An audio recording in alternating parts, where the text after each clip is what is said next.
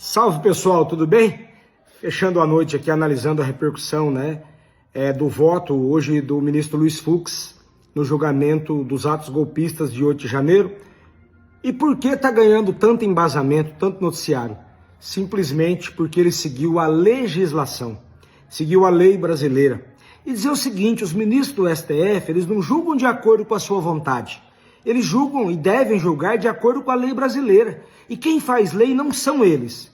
Eles apenas interpretam. Quem faz lei são deputados e senadores eleitos pelo povo. É assim que funciona a democracia. E hoje o ministro Luiz Fux nos deu uma aula de direito. Hoje ele seguiu a Constituição e a legislação que nos rege.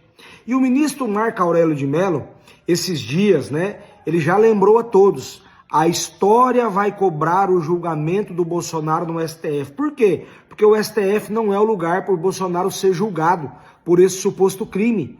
Porque em 8 de janeiro ele não era mais presidente. Então ele não tem o foro privilegiado. E ele não deve ser julgado pelo STF, e sim pela justiça comum. E o Marco Aurélio, já nos orientou lá atrás, já lembrou lá atrás, e hoje o ministro Luiz Fux seguiu à risca a legislação brasileira, a lei brasileira. Ministro do STF, quando quer fazer a lei, aí deixa de ser democracia. Aí passa a ser monarquia, que se sente um rei, ou ditadura, que se sente um ditador. E nós devemos agradecer ao ministro Fux, que hoje nos deu uma aula de direito, uma aula de legislação brasileira, que às vezes não vai fazer muita diferença no julgamento do STF, porque ainda tem 2 ministros e eu ainda acho que o Bolsonaro e os seus pares serão condenados.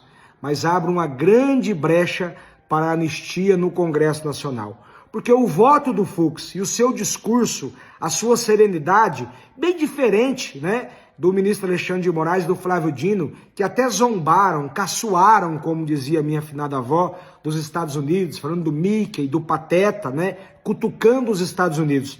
O ministro Fux foi bem sereno, coerente, pragmático, direto, ao ponto da lei brasileira, julgou de acordo com a lei, e isso vai ter interferência na anistia. Enfim, um ministro com sanidade na Suprema Corte de Justiça desse Brasil.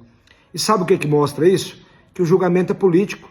Os outros 2 ministros julgaram politicamente. E é importante, gente, deixar uma coisa muito bem clara. O Alexandre de Moraes está fazendo mal à democracia brasileira. E eu tenho medo disso. Olha o Nepal, a França hoje, precisamos tomar cuidado. Democracia, Alexandre de Moraes, não é